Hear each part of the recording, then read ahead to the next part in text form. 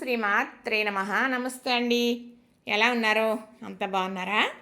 నేను కూడా బాగున్నానండి. మరి వారం రోజుల నుంచి వీడియోలు సరిగ్గా పెట్టట్లేదు. ఒకటో రెండో సాట్లు పెడుతూ ఉన్నాను. అప్పుడప్పుడు పెద్ద వీడియోలు కూడా పెడుతున్నానులేండి. మరి మా తమ్ముడు గారు అబ్బాయి పెళ్ళి, ఆ పెళ్లి వేడుకల్లో మునిగి తేలుతూ ఉన్నాం. వెళుతూ వస్తూ ఉన్నాను. నిన్నటితో పెళ్లి వేడుకలన్నీ ముగిసినాయి. నిన్న సాయంకాలం మా ఇంటికి వచ్చేసాను.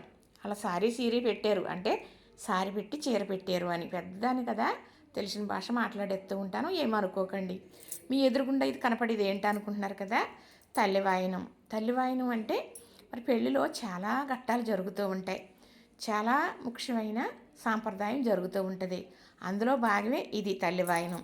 తల్లివాయనం అంటే ఏంటి?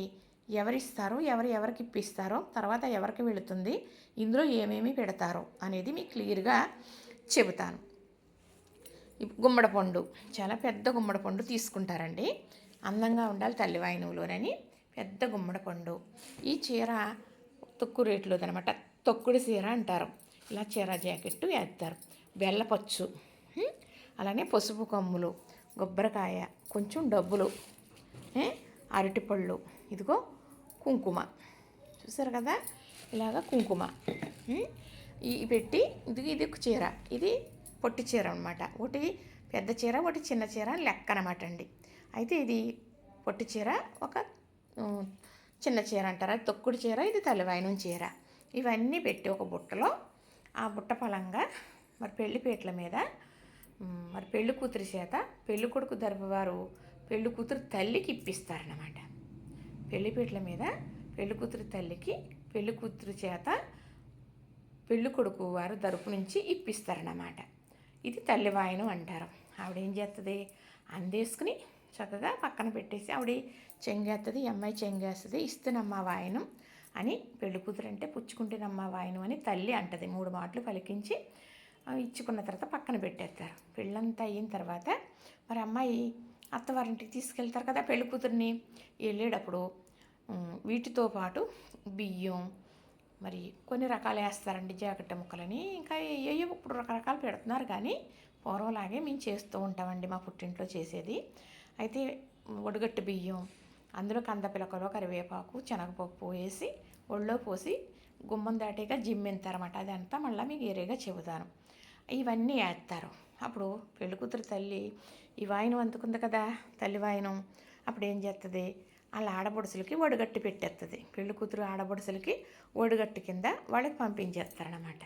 అమ్మ, నేను అందుకున్నాను కదా తల్లిని, అంత తల్లిలాగా మీరు కూడా నా బిడ్డను చూసుకోండి. ఇది ఒడిగట్టు, ఈ వాయినం మీకు ఒడిగట్టు పెడుతున్నాను, తీసుకుని మీరు చక్కగా నా బిడ్డను మీలో కలుపుకుని చూడండి అని ఆడపడుచులకి చెప్పటం అన్నమాట. తల్లి అందుకున్న వాయనం మరి ఆడపడుచులకి ఒడిగట్టుగా ఇచ్చేస్తుందంటే మరి ఆవిడ ఎంత పెద్ద మనసు అంటే, తన కూతుర్ని బాగా చూసుకోవాలని ఆవిడకి పొందవలసిన మర్యాదలు కూడా ఆడపడుచులకి ఇచ్చేస్తుంది పెళ్లి కూతురు తల్లి.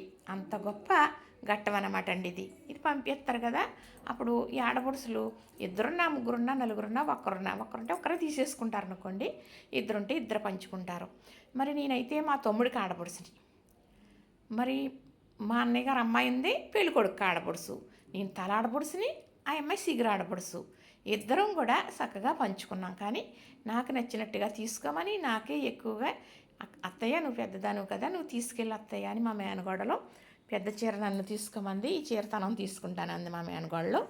ఈ గుమ్మడి పండు అయ్యి సరదాగా నువ్వు పట్టుకెళ్ళి అత్తయ్య, మరి నువ్వు వీడియోలు చేసి చెప్తావు కదా, ఈ ఒక్క సాంప్రదాయం కూడా చెప్పత్తయ్య అని ఆ అమ్మాయి చెప్పడం జరిగింది. మరి ఇలా పెడతారనమాట. ఇంకా చాలా రకాలు ఉంటూ ఉంటాయి. అవన్నీ ఎంత ఉన్నవాళ్ళైనా ఎంత లేని వాళ్ళైనా కూడా సాంప్రదాయంగా చేసేది. ఉన్నవాళ్ళు ఎక్కువ డబ్బులకు వచ్చి పెట్టొచ్చేమో, లేని వాళ్ళు కొంచెం డబ్బులతోటన్నా చేసే తీరుతారండి. పెళ్ళిలో జరిగే వేడుకలన్నీ కూడా చేసే తీరుతారు. కానీ మా తమ్ముడు గారు అబ్బాయి పెళ్ళి ఎంత బాగా జరిగింది అనేది, ఎలా జరిగింది అనేది దాని ఒక్క సారాంశం మీకు నేను చెప్పాలనుకుంటున్నాను. ఎందుకంటే పెళ్ళిళ్ళు చాలా చాలా ఘనంగా చేసేవాళ్ళు ఉంటారు సుమండి. పెళ్ళంటే మాకు తెలియదా మీరు చెప్పాలని అనుకోవద్దు. కానీ ఈ పెళ్ళి ప్రత్యేకత అనేది నేను చెప్పే తీరుతానండి. అప్పుడు మీకు అర్థమవుతుందన్నమాట చక్కగా. మరి నిన్నైతే వచ్చేసాను, ఇలా ఒడిగట్టు తెచ్చుకున్నానా, మళ్ళీ నాకు వేరే కొత్త చీర పెట్టి, మళ్ళా మిఠాయి పెట్టి కరకాజ్యం సారి పెట్టి పంపించారన్నమాట. వేళ మంగళవారం అని రేపు పంచిపెట్టడానికి నిర్ణయించుకున్నాను. ఎవరొకరిని చూసుకుని పంచిపెట్టిస్తానమాట. వాళ్ళ తమ్ముడు గారు అబ్బాయి పెళ్ళయింది, ఆవిడ సారి తెచ్చుకున్నారు అని ఓ సాంప్రదాయం అన్నమాట అండి అది. అది మీరు మళ్ళీ సారి కూడా మీకు నేను చూపిస్తాను. తల్లివాయినం అంటే అర్థం మీకు తెలిసింది కదా, చెప్పాను కదా, ఇలా పెట్టాలి. ఒకవేళ మీకు ఎవరికన్నా డౌట్లు ఉంటే కనుక కమెంట్ పెట్టండి. వాయిస్ రికార్డ్ అన్నా పెడతాను, లేకపోతే వీడియో చేసి అన్నా పెడతాను. తెలియని వారు తెలుసుకోవటం మంచిది. చేసేటప్పుడు అన్నీ తెలుసుకుని చేయడం ఇంకా మంచిది. అంటే మాకు ఎవరికి తెలీదా అని అనుకోవద్దు. తెలియని వారు కూడా ఉంటారు కదా, తెలుసుకుంటారని ఒక తపనతో ఈ వీడియో చేస్తున్నానండి. తల్లి వాయినానికి ఇంత అర్థం ఉందన్నమాట. అమ్మాయి చేత అమ్మాయి తల్లికి ఇప్పించే తల్లి వాయనం, ఆ తల్లి వాయనం ఆడపడుచులకి ఒడిగట్టుగా తల్లి ఇచ్చేస్తుంది అనమాట. అమ్మాయి తల్లి అలా తెచ్చుకున్న ఈ ఒడిగట్టు అనమాట అండి ఇది. అర్థమైంది కదా? నచ్చిందా మరి? లైక్ చేయండి, షేర్ చేయండి, సబ్స్క్రైబ్ చేయండి.